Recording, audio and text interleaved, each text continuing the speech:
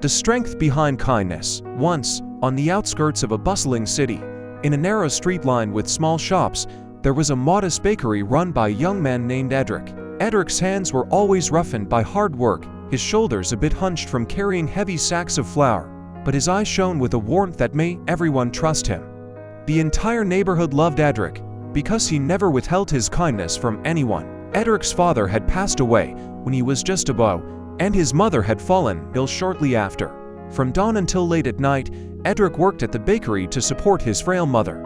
But what made him special was not just how he provided for his own family. Every evening, Edric would gather the unsold bread and deliver it to the poor families, orphans, and lonely elderly people in the neighborhood. One early morning, as Edric was kneading dough, a young man stumbled into the bakery. He looked exhausted, his clothes torn, his face marked by hopelessness. Edric paused and greeted him with his ever-present gentle smile. "Good morning, friend.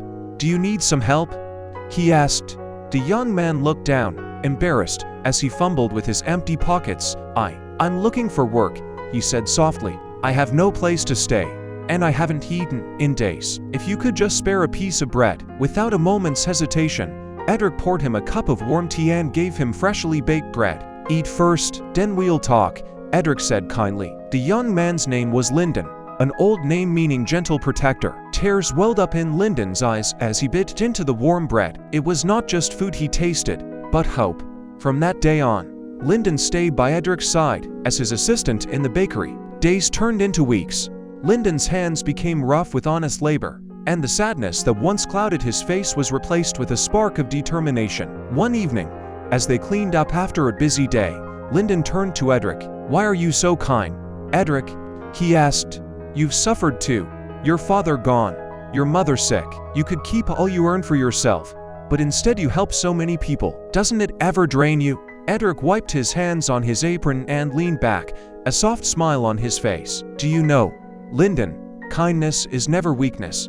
When I was a boy and we had nothing to eat, an old neighbor would bring us warm soup and bread every day. I will never forget that. A single piece of bread can give someone the strength to stand again. I promised myself I'd be that neighbor for someone else one day. That's the strength behind kindness. It never stops with you. It keeps moving, growing, multiplying." Lyndon felt those words settle deep in his heart. He remembered nights when he had slept hungry in doorways, dreaming of a warm hand that never came. Until now. From that day on, Lyndon, too, began to show kindness to others in small, thoughtful ways. Years passed. Edric's bakery grew into several shops across the city and even spread into faraway villages. Each branch didn't just sell bread, it offered a chance to those who had none. Homeless people, runaways, young people without hope, they all found work, shelter, and a sense of family within Edric's bakeries. One harsh winter, Edric traveled to a distant village to visit a small outpost he'd helped establish. There he met a woman named Morwenna, whose husband had died leaving her with 2 small children. They were surviving in a crumbling shack, shivering from the cold. Edric saw them and knew exactly what to do. He arranged for the bakery to give her work managing the ovens, and his staff made sure the children could attend school with warm clothes and full bellies. For the first time in years, Morwenna's eyes held light, not fear. Her children laughed again, and Edric knew that was the real harvest of kindness, watching someone find their strength again. Kindness takes root. At first, many people in the city whispered behind Edric's back. "Surely he must be profiting somehow," they said. "No one gives away so much for free." But over the years, those same people saw that Edric's heart never changed. His hands stayed rough with work, his pockets never heavy with greed, and his door always open. One late evening, an elderly man came into the bakery, trembling. Edric recognized him immediately. He was the very neighbor who had fed Edric and his mother all those years ago. "My beau," the old man said, his eyes brimming with tears. "When I gave you that bread, I never imagined you would feed so many." Edric embraced him tightly. "It was your kindness that built all of this, sir. You planted one seed. Look how many fields have grown from it." The circle of kindness. Lyndon eventually became the manager of one of Edric's largest bakeries. He gathered young people like he once had been, lost and hopeless, and taught them not just how to bake, but how to care.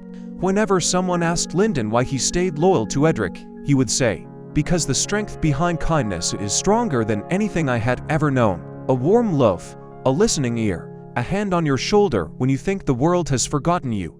It can save a life. It saved mine. And so, Edric's story lived on, carried by those who had once tasted his bread and felt his kindness. Each of them passed it forward, a young man handing out leftover bread to the homeless, a single mother giving food to another struggling parent, a once-only elder teaching a child how to bake. They all knew this simple truth: kindness does not weaken you. It is the greatest strength you can carry, and when you share it, you make the world a little braver, a little warmer, and a lot more human.